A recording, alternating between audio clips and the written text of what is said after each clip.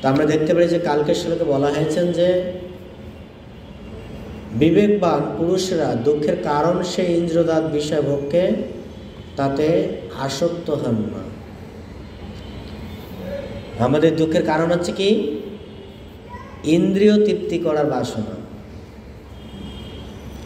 না চাইলে আমরা সুখী হতে পারি। আমি যদি কোনো বাসনাই না করি, বাসনা না করলে আমি সুখী হতে পারি, কিন্তু আমার তো বাসনা লেগেই আছে না? এই বাসনা লেগে থাকার কারণে আমি সুখী হচ্ছে পাচ্ছি না, আমি যত চেষ্টা করি। একটা ছেলে চিন্তা করছে আইফোন কিনলে মনে হয় সুখী হব, আইফোন কিনছে, বেটার, ও তো সুখী না। দরকার কি? BMW কার। যার BMW হয়েছে তার কি দরকার? প্লেনের দরকার। আর যার প্লেন হয়েছে, প্লেনের মধ্যে আর কি আছে? হাইপারসোনিক আছে, রকেটে চলবে। এই যে বাসনাগুলি, এই বাসনাগুলি যদি কেউ সংযম করে না, আমার কি, আমার স্যামসাংয়ে চলবে, আমার কোনো আইফোনের দরকার নেই, এতে আমি সন্তুষ্ট। আর এক্সট্রা দরকার নেই। তো এক্সট্রা দরকার আছে? দরকার নেই। কিন্তু যখন আমি এক্সট্রা কিছু করতে যাই, তখন আমার দুঃখটা পেয়ে যাচ্ছে। এখানে আজকে কালকে শ্লোকে সেটা বলছেন যে ইন্দ্রকে কখনো কেউ পরিপূর্ণ তৃপ্তি প্রদান করতে পারে না। পারে? বলছে ইন্দ্রিয়জাত বিবেকবান পুরুষ, আমরা যদি বিবেকবান হই, কার বিবেক নাই? সবার বিবেক আছে, আছে, সবার বিবেক আছে, বুদ্ধি আছে, কিন্তু আমরা বিবেকবান পুরুষ নই। কেন নই? বলছে বিবেকবান পুরুষের দুঃখের কারণ, আপনি দেখেন যত কিছু এই জগতে যা কিছু সমস্যার মূল কারণ একটাই, সেটা হচ্ছে আমার ইন্দ্রকে পরিতৃপ্তি প্রদান করা, তাই না? এই যেমন এত সুন্দর লাইটিং করা হয়, কারণ কি? চোখে চাকচিক দেখবে, ভালো লাগবে, হ্যাঁ? তারপরে কি? বেশি বেশি ভালো করে খেতে হবে, এটা কি? জিহ্বা। এখানে আজকের শ্লোকের তাৎপর্য প্রভুপাদ 6টা বেগের কথা বর্ণনা করছেন। 6টা বেগ। প্রথমটা কি বলছেন? বাচবেগ, মানুষের কথা বলার ধারণ। এই যে আমরা কথা বলি না, কথা বলার ধরন। চাণক্য পণ্ডিত তার নীতিশাস্ত্রের গ্রন্থে বলছেন যে পুরু মহারাজের কাহিনী জানেন তো? পুরু মহারাজ, আলেকজান্ডার আর পুরু মহারাজের কাহিনী।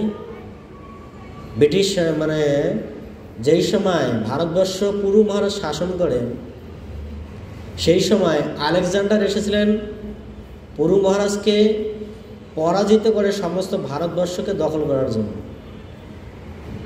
আর সেটা করেছেন আলেকজান্ডার। তিনি এমন সৈন্য তৈরি করেছিলেন যে ঘোড়ার মধ্যে বসে বসে ঘুমাবে, এমন সৈন্য তৈরি করেছেন।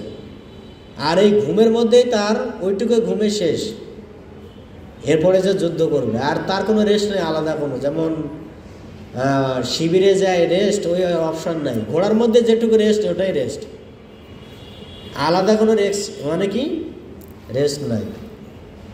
তো আলেকজান্ডার এরকম এমন সৈন্য তৈরি করেছেন যে, আর এই সৈন্যই পুরু মহারাজ, ওনার সৈন্য ছিলেন, কিন্তু বাট তার সৈন্য তো কি 12 ঘন্টা পরিশ্রম করলে এমনি মানুষ ক্লান্ত হয়ে যায়, ঠিক আছে?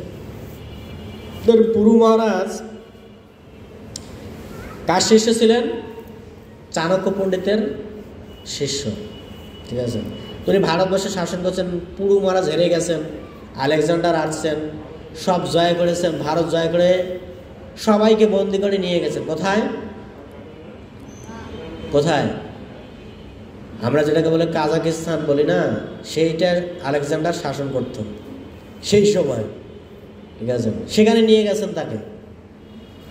তো ওখানে নিয়ে গেছেন, নিয়ে যে তাকে জেলখানা বন্দি করে রেখেছেন। ভারতবর্ষকে তার অধীনস্থ চলছে, ঠিক আছে? তো চাণক্য পণ্ডিতের যারা শিষ্য, এরা হচ্ছে প্রচুর পরিমাণ চালাক বেশি। তারা মানুষকে কিভাবে ঘায়েল করতেন দেখেন, কথার মাধ্যমে ঘায়েল করতেন।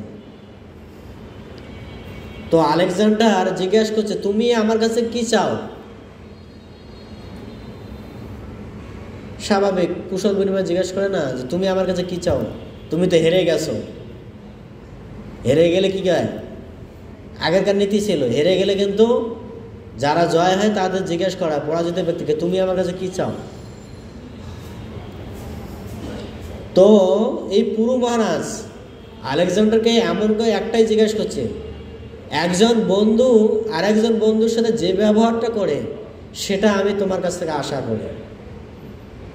ও তো চাইতে পারতো ভারতবর্ষ, পারত কিনা? চাইলে কিন্তু দিয়ে দিত, কিন্তু না, হচ্ছে চতুর্বেদ। চাণক্য পণ্ডিতের যারা শিষ্য এরা হচ্ছে চতুর্বেদ, এত তীক্ষ্ণ বুদ্ধি, কথায় ঘায়েল করে ফেলবে। ঠিক আছে, তো এরকম বলছে তুমি আমার কাছে কি চাও? তো বলছে একজন বন্ধু যেভাবে আরেকজন বন্ধুকে যে ব্যবহার করে আমি সেটা তোমার কাছ থেকে আশা কামনা করি।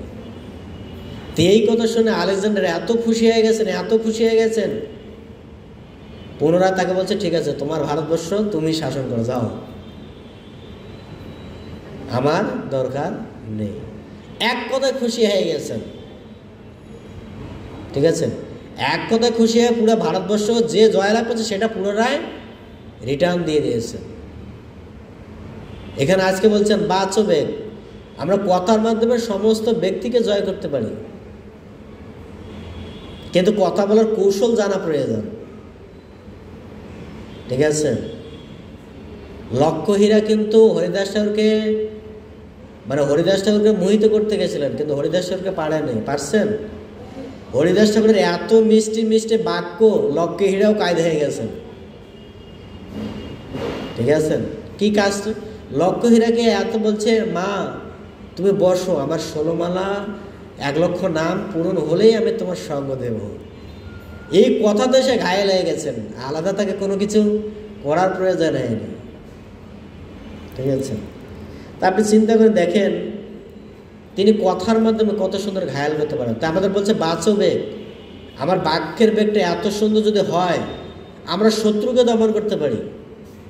আর বাক্যের বেগ যদি ইয়ে হয় তাহলে তো হয়েছে, সে বাক্যের বেগ দিয়ে আমি মায়ের খাবো। খাচ্ছি কি না? আমরা কথাই তোকে সেটাই খাই। দেখবেন আপনি একটু রং কথা বলবেন, মায়ের খাবেন।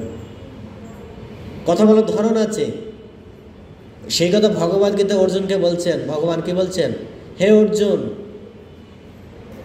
এমন তুমি বাক্য প্রদান করো যেটা হিতকর হবে, সে ব্যক্তি কষ্টও পাবে না কিন্তু তার হিতকর হবে। সেই শ্লোকটা ওই কথা সুন্দর বলছেন, অর্জুনকে ভগবান বলছেন এত সুন্দর বাক্য প্রদান করো যে যেটা হিতকর হবে, বাট সে ব্যক্তি কষ্টও পাবে না। কথা বলার ধরন আছে। ঠিক আছে, তা আমরা কথা বললে গেলেই তো কি গলা একদম জোরছে চেল্লাই মনে করলে এটা মনে সাউন্ড, এটাই মনে হয় পাওয়ারফুল। আসলে তাই না, কিন্তু মানুষকে আমাদের রূপানক প্রভুর নাম শুনছেন কে কে? রূপানক প্রভু, এই যে রাধাকান্ত মন্দিরের প্রেসিডেন্ট রূপানক প্রভু, তিনি এত সুন্দর মানুষের সাথে ব্যবহার করেন, বড় বড় মন্ত্রী ম্যাজিস্ট্রেটরা তার কথায় ঘায়েল হয়ে যায়, তাকে আলাদা কোনো কিছু করা লাগে না। তিনি এত সুন্দর ব্যবহার করেন, আর এত সুন্দর ব্যবহারে, এবং তার গেস্ট কি মন্ত্রী ম্যাজিস্ট্রেট সচিব সব বড় বড় ব্যক্তিরা তার হচ্ছে কি তার সাথে সম্বন্ধ। তিনি রাজনীতি ভালো বোঝেন।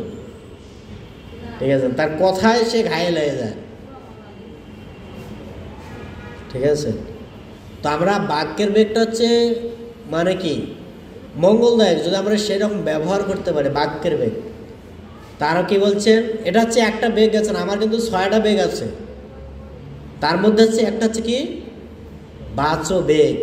এই বেগটা এত সুন্দর, যদি আপনি ভালো ব্যবহার করতে পারেন যে কেউ আপনার প্রতি আকৃষ্ট হবে, যে কেউ আপনার সাথে সম্পর্ক স্থাপন করবে।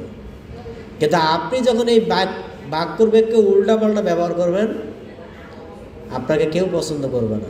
যে আপনার একদম প্রিয় ঘনিষ্ঠ ব্যক্তি সেও আপনাকে পরিত্যাগ করবে। তারপরে কি বলছেন? ক্রোধ। আমাদের তো সবার ক্রোধ আছে না? অর্জুনের ক্রোধ ছিল, ভীমের ক্রোধ ছিল নাই কেন? মাথা ঘুরেছেন কেন? অর্জুনের ক্রোধ কোথায় প্রকাশ করছে? জায়গা মতো প্রকাশ করতে হবে। ক্রোধ সব জায়গায় প্রয়োগ করা যাবে না, ঠিক আছে? ক্রোধ কোন জায়গায় প্রয়োগ করতে হবে? যে জায়গায় প্রয়োগ করলে আমার এই ক্রোধটা মঙ্গল হবে সেই জায়গায় আমার প্রয়োগ করা প্রয়োজন। আর ক্রোধকে যদি আমি অমঙ্গলে প্রয়োগ করে দিই, সেটা আপনার হিতর থেকেই বিপরীত হয়ে যাবে বেশি। আর সেটাই আমরা দেখতে পাচ্ছি বর্তমান যুগে, সেটাই হচ্ছেন। কি হচ্ছেন কিনা? যেখানে ক্রোধ দেখার প্রয়োজন সেখানে ক্রোধ দেখাচ্ছে না, তো দেখাচ্ছে কোথায়? দেখাচ্ছে? রং সাইডে দেখাচ্ছে, ঠিক আছে? তো আমাদের ক্রোধটাকে সেই জায়গায় দেখাতে হবে, যে জায়গায় দেখালে সেটা পারফেক্ট কাজে লাগবে, সেটা আমাদের প্রয়োগ করতে হবে। তাহলে ক্রোধের সার্থকতাটা আসবে, নাহলে তো আসবে না। তারপরে কি বলছেন দেখেন, মনের বেগ আছে। এই যে আমরা বসে আছি, মন স্থির না। মন কিসে দৌড়াচ্ছেন?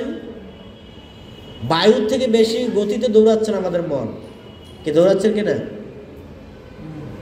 কোথায় কোথায় যে ঘুরে আসতেছে আমরা নিজেও বলতে পারতেছি না আমাদের মনের বেগ কোথায় কোথায় যাচ্ছে। আমরা যখন ঘুমিয়ে থাকি, মন কি করে? মন খালি সারা রাত দৌড়াইতে থাকে। কি দৌড়াইতে থাকে? আপনি ঘুমের ঘরে দেখতেছেন আপনি রাজা হয়েছেন, আপনার পাশে রানী বসে আছে সুন্দর, ঠিক আছে? সেটা নিয়ে খুব আনন্দ করতেছেন, কিন্তু ঘুম থেকে উঠে দেখা যায় আপনি সেই খাটে বসে আছেন।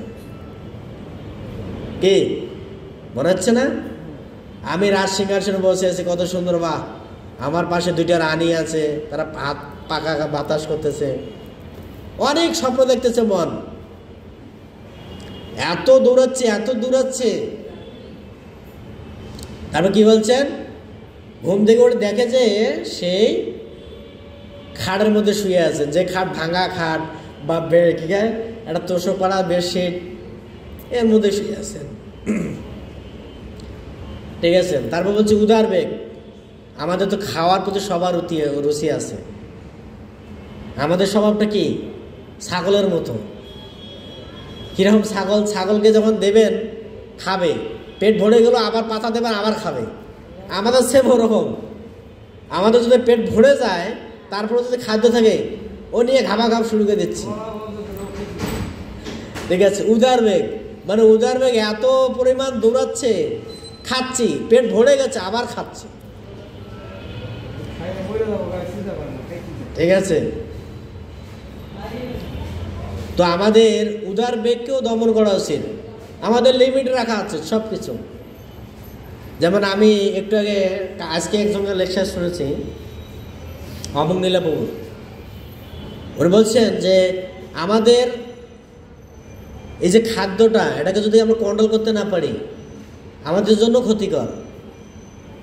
ক্ষতিকর কি না? আপনি যখন দেখবেন বেশি খাবেন, বেশি কি হবে? সব কিছু সমস্যা।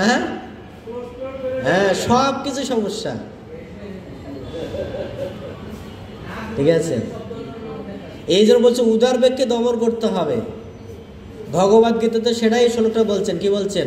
যুক্ত আহারস্য যুক্ত বিহারস্য। কি শ্লোকটা পড়ছেন না? যুক্ত আহারস্য যুক্ত বিহারস্য। এরকম না যে খাদ্য পেয়েছে মানে ঘাপাঘাপ খেলাম, আবার পেট ভরেছে আবার খাবো, এরকম না। দেহের একটা লিমিট আছে। এটাকে বলা হয় কি? মায়ার যন্ত্র। ভগবান গীতা বলছেন এটা হচ্ছে যন্ত্র মানে কি? মেশিন। আপনি যেরকম চালাবেন চলবে, কিন্তু বেশি দিন টিকবে না। মেশিনকে যদি বেশি চালান তাহলে কি হবে? মেশিন চলবে না বেশি দিন, ও টিকবে না, যাবে গা, কোনো না কোনো পাস ডাউন হয়ে যাবে, তখন চেঞ্জ করা লাগবে। চেঞ্জ মানে বোঝেন তো, অপারেশন থিয়েটারে দৌড়াতে হবে। হ্যাঁ, আর যখন অপারেশন থিয়েটারে দৌড়াবেন তখন কি কিডনি ডাউন হয়ে গেছে, এটা চেঞ্জ করতে হবে। তারপরে কি পিত্তথলির সমস্যা, যেটা চেঞ্জ করতে হবে। হার্টের সমস্যা, যে চেঞ্জ করতে হবে। ঠিক আছে? মেশিনের যেমন একটা পার্টস নষ্ট হয়ে গেলে কি হয়, চেঞ্জ করে, সেম এরকম আমাদের মেশিনটাও লিমিটে রাখতে হবে। আপনি যখন মেশিনকে অতিরিক্ত লোড দেবেন, ও নিতে পারবে না। পারবে? ও নিতে পারবে না, আমরা যত চেষ্টা করি না কেন। এই জন্য আমরা দেখি, আমরা যখন এই যে এটা আছে কি গায়, আমরা খাচ্ছি কি, রাত 12টার সময় অনেক ব্যক্তি খায়, 12টায় খায়, 1টায় খায়।